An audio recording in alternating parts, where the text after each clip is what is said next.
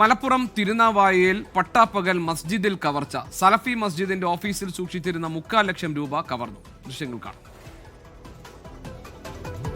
കഴിഞ്ഞ ഞായറാഴ്ച കവർച്ച നടന്ന തിരുനാവായയിലെ സലഫി മസ്ജിദിലാണ് ഇപ്പോൾ ഞാനുള്ളത്. ഏതാണ്ട് 3.25 ലക്ഷത്തോളം രൂപയാണ് ഇവിടെ നിന്ന് മോഷ്ടാവ് കവർന്നിട്ടുള്ളത്. മോഷ്ടാവിന്റെ CCTV ദൃശ്യങ്ങളൊക്കെ ഇതിനോടകം ലഭ്യമായിട്ടുണ്ട്. ഇവിടെ പള്ളിയുടെ പണി നടക്കുന്നുണ്ട് ഒരു ഭാഗത്ത്. പക്ഷെ ആ ജീവനക്കാരും ആ സമയത്ത് അവിടെ ഉണ്ടായിരുന്നില്ല. അതാണ് ആരും അറിയാതെ പോയത്.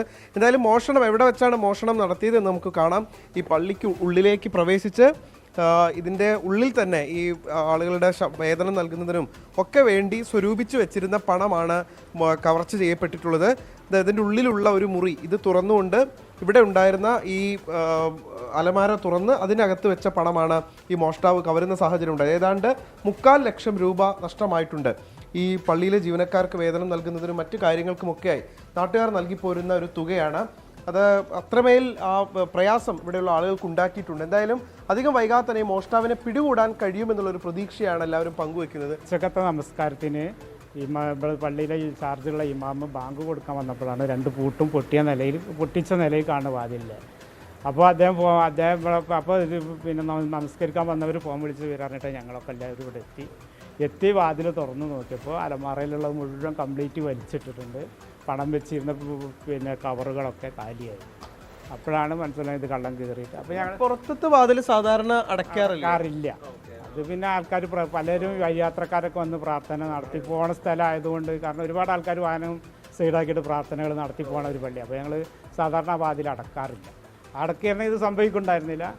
അങ്ങനെ ഞങ്ങൾ അപ്പം തന്നെ തൊട്ടടുത്ത വീട്ടിലെ CCTV പരിശോധിച്ചപ്പോഴാണ് 11:40 ഒരു പയ്യൻ പച്ച ടീഷർട്ട് ഇട്ടൊരു പയ്യൻ നേരെ പള്ളിയിൽ വന്ന് കയറുകയും ഏകദേശം ഒരു 12:05 തിരിച്ചു പോണതായിരുന്നു. അപ്പോൾ നോക്കുമ്പോൾ അവൻ്റെ പിന്നെ ഒരു പോക്കറ്റുള്ള ഈ വയറുഭാഗത്ത് പോക്കറ്റുള്ള ഒരു ബനിയൻ അവനും നല്ല വീർത്തിരിക്കുന്നതായി കാണുന്നത്.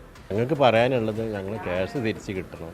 കാരണം ഓരോരുത്തരും തന്ന പൈസയാണ്. കാരണം പള്ളി പരിപാലനത്തിന് വേണ്ടിയിട്ട് അത് ഞങ്ങളെ കയ്യിൽ തന്ന ഞങ്ങളാണ് അതിൻ്റെ ഉത്തരവാദി. പക്ഷേ എന്ത് ചെയ്യാനും സംഭവിച്ചു പോയി. അപ്പോൾ അതുകൊണ്ട് എത്രയും പെട്ടെന്ന് അവനെ പിടിച്ചിട്ട് ഞങ്ങൾ ക്യാഷ് തിരിച്ച് കിട്ടണം. മതസ്ഥാപനങ്ങളുടെ ഉള്ളിലൊക്കെ കയറിയിട്ടുള്ള മോഷണം എന്ന് പറയുന്നത് ഒരുപാട് വിശ്വാസികളെ കൂടി ബാധിക്കുന്ന ഒരു കാര്യമാണ്. അവർക്ക് പ്രയാസം ഉണ്ടാക്കുന്ന ഒരു കാര്യമാണ്. ഈ പള്ളിയുടെ വാതിൽ ഇങ്ങനെ തുറന്നിടുന്നത് ഇത് വിശ്വാസികൾക്ക് വരാനുള്ള ഇടമാണ്. അതുകൊണ്ടാണ് അങ്ങനെ തുറന്നിട്ടത്. അതുകൊണ്ടാണ് ഇങ്ങനെ ഒരു മോഷണം നടക്കുന്ന സാഹചര്യം ഉണ്ടായത്. എന്തായാലും എത്രയും വേഗത്തിൽ പ്രതിയെ പിടികൂടാൻ കഴിയുമെന്നുള്ള പ്രതീക്ഷ പോലീസ് പങ്കുവയ്ക്കുന്നുണ്ട്. പള്ളി ഭാരവാഹികളും സമാനമായിട്ടുള്ള ഒരു വിശ്വാസത്തിൽ തന്നെയാണ് നിലവിലുള്ളത്.